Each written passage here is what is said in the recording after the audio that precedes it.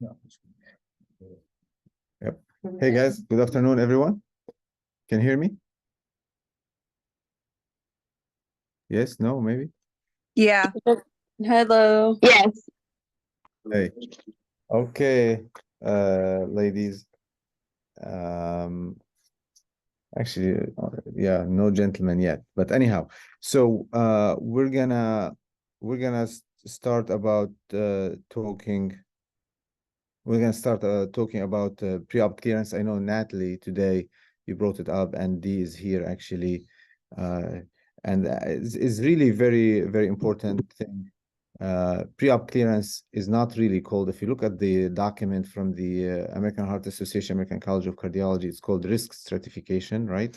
You're not gonna you will never be able to clear your patient completely risk-free for any kind of procedure. You know, the same, you can't clear anyone getting out of the building to drive that he's not gonna or she's not gonna get heart attack or an accident, basically. And the same concept we do. So the risk stratification is gonna be based on what we need to do before the surgical intervention to prevent cardiac complications. That's number one. Number two is if the surgery is prohibitive for doing because of cardiac related issues that the patient has. And what you have to understand, there are a couple of things. Number one, high risk surgeries. Any vascular surgery is high risk surgery.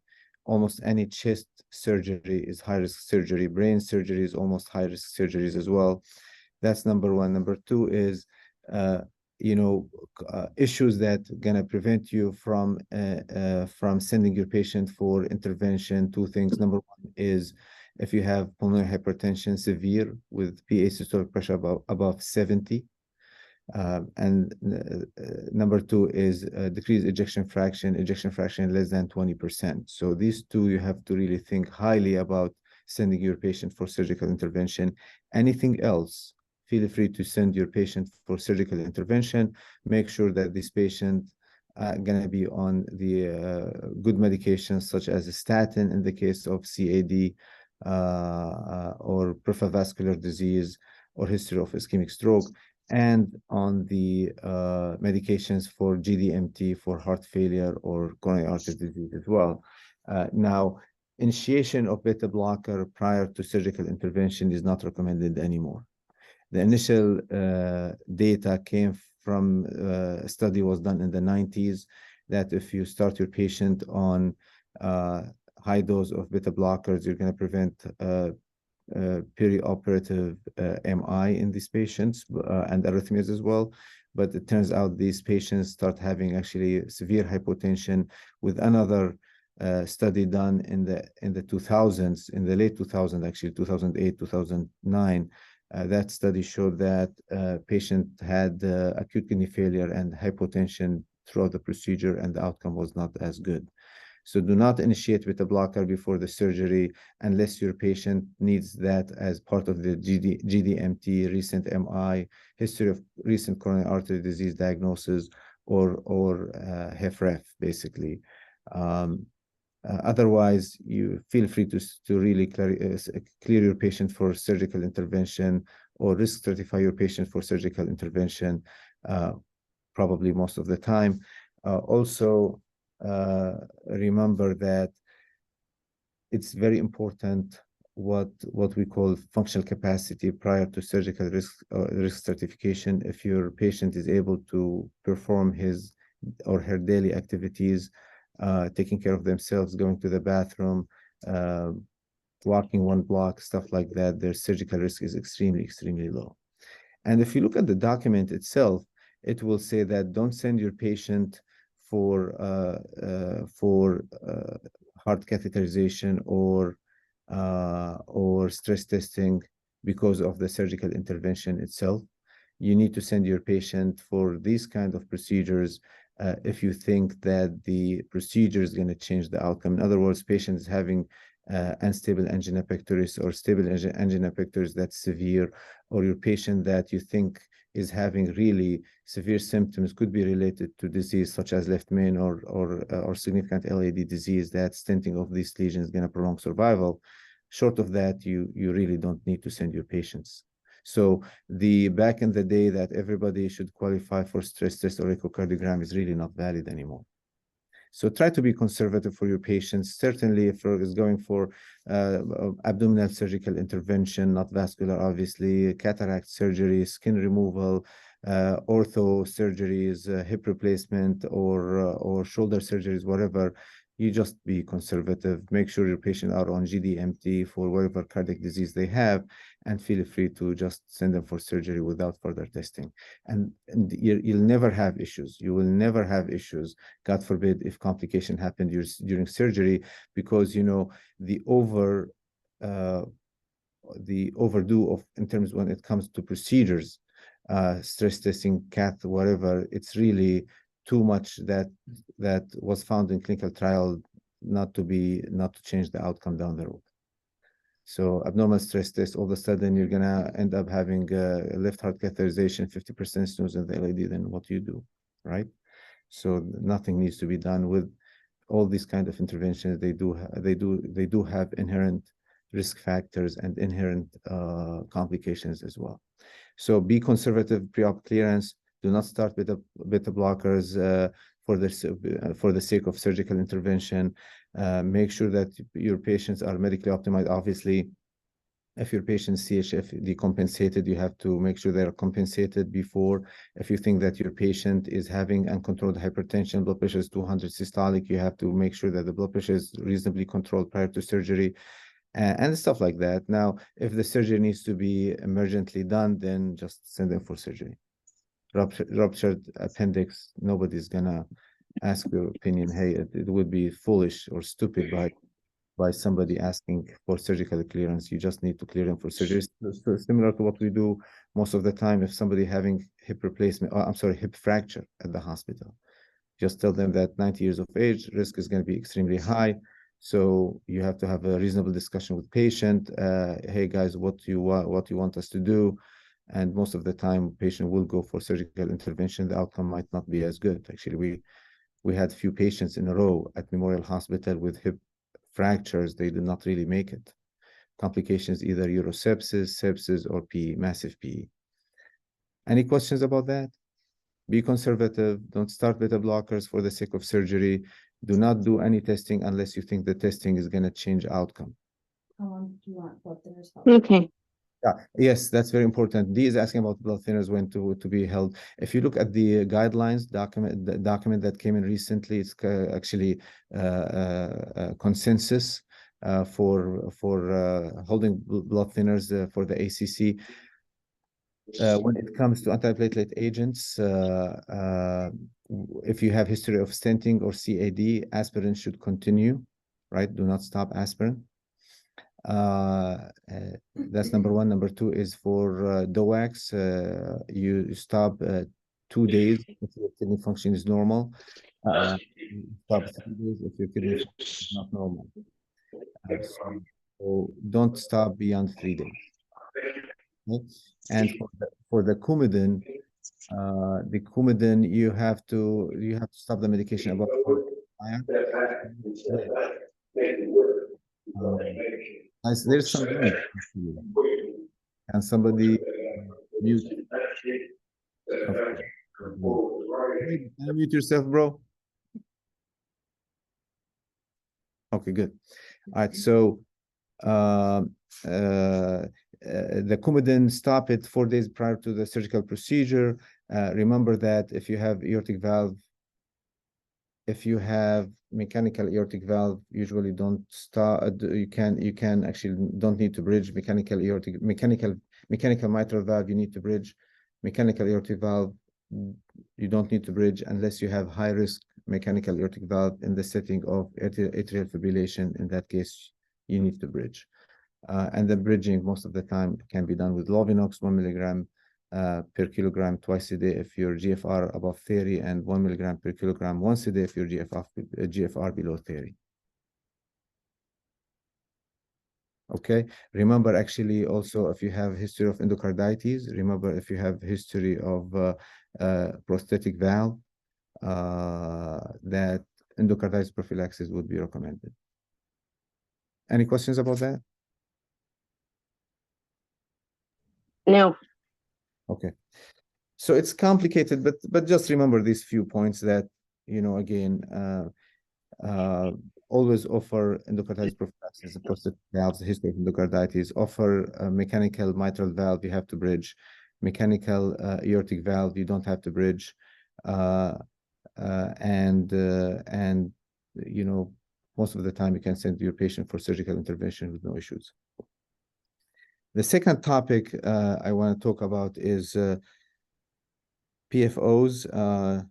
Nihal asked about what do we do with PFOs. So basically PFOs, their prevalence in the community is about 8 to 12% of people, and they are very common. We do not really close PFOs unless you have somebody below the age of 50 with cryptogenic stroke, and it really carries 2B indication. In other words, I've never sent any patient. I've never sent any patient for PFO closure. It's controversial. We really don't know much about it, and doesn't seem that the PFO has a lot to do with cryptogenic strokes. And obviously, PFO is not going to give you the shunt that's going to end up giving you right-sided heart failure and pulmonary hypertension. So I would not really recommend for PFO closure for anybody to have PFO closure, but it does appear in the guidelines if you're young, cryptogenic stroke below the age of 50, especially in women. There's some data that PFO closure may be reasonable.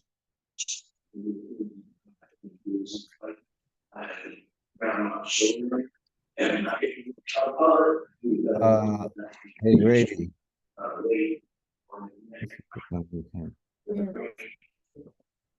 Was not a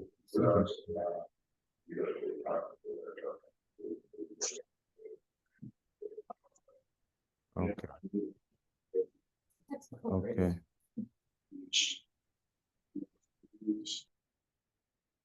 All right. So I only ask because I have a patient with a PFO and neuro has been on me for like the last 6 months. They want updated imaging. They want 90 days of telemonitoring. They want, and this Right. guy is 80. Right. So the 90, what I would recommend for this kind of patients, rule out atrial fibrillation is reasonable, appears in the guidelines. That's reasonable.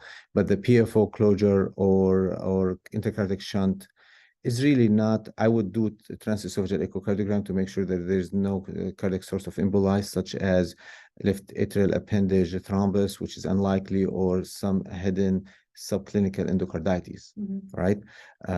But short of that, I would not really consider PFO closure on somebody who's 80 years old, most likely is having vascular stroke. Yeah. Not cardiac emboli per se. Any questions about that, guys? No. No? Okay. No. Okay. All right. Let's see if I'm gonna mention a few words about pacemaker indications. Actually, the plan was to do pacemaker ICDs or BIVs, but I'm gonna mention a few words about pacemaker indications. If you have, listen to this, if you have third-degree heart block, complete heart block, if you have Mobitz type 2 AV block, okay? In these two cases, pacemaker is indicated regardless of symptoms. Why? Because there's a 10% chance of having asystole. You're gonna go flatline because these kind of blocks are high risk, right? Anything else is really based on symptoms.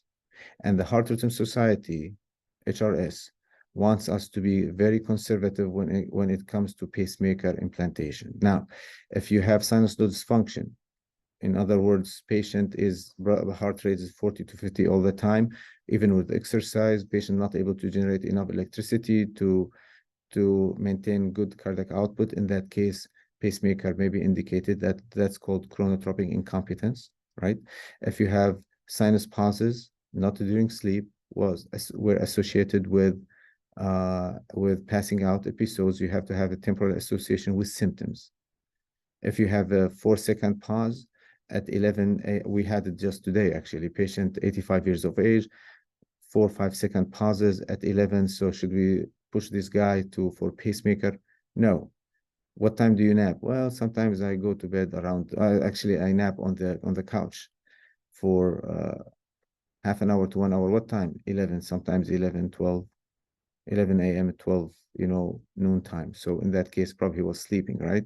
So stuff like that, I would not really consider pacemaker on, but if you have temporal association between passing out and pause, sinus pause, in that case, pacemaker would be indicated. And if you have symptomatic Mobitz 1 type 2 AV block, in that case, pacemaker may be indicated as well. But be careful, if you don't have really symptoms in association with bradycardia, pacemaker should not be indicated.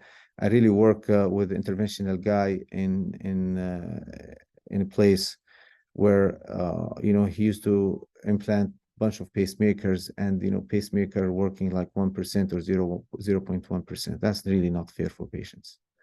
So complete heart block, Mobitz type 2 AV block, pacemaker is indicated regardless of symptoms. Short of that, you have to have symptoms, temporal association between bradycardia and symptoms, dizziness, shortness of breath, fatigue, pre-syncope, syncope, in association with bradycardia to justify pacemaker implant. Otherwise, pacemaker would not be indicated. Any questions? No questions. Okay. ICDs, if your EF below 35%, then ICD would be indicated on guideline-directed medical therapy, GDMT, 3 months. EF continues to be less than 35%. It's now shared decision, right? If you have 85 years of age, I would not recommend ICD, right? If you have demented, I would not recommend ICD. Your patient should be able to have at least 1 year of acceptable functional capacity to enjoy his life or her life to be able to qualify for a ICD implant, right? And it's shared decision again. Would you want to do that? Somebody who's bedridden or wheelchair dependent, and in that case, probably ICD would not be indicated. So we have to be reasonable when it comes to ICD indications. Now, if you have somebody with ventricular tachycardia, sustained hemodynamically unstable, associated with syncope or dizziness, more than 30 seconds, in that case, AICD may be indicated. But if somebody elderly, I would try to do medical management initially before I rush them into AICD. By the ICD, EF should be less than 35%. Guideline-directed medical therapy, QRS duration should be more than 130. Okay. If you dig deeper into the guidelines, if you have left bundle branch block, more than 130. If you have right bundle branch block or non-specific interventricular conduction delay, the QRS duration should be more than 150 to qualify. Okay. That's in a nutshell. Any questions? No questions. All right. So we'll try to repeat this again one more time at some point. And if you really have more, if you have questions about these topics, or if you have other topics that you would like to be discussed, we can chat about them anytime.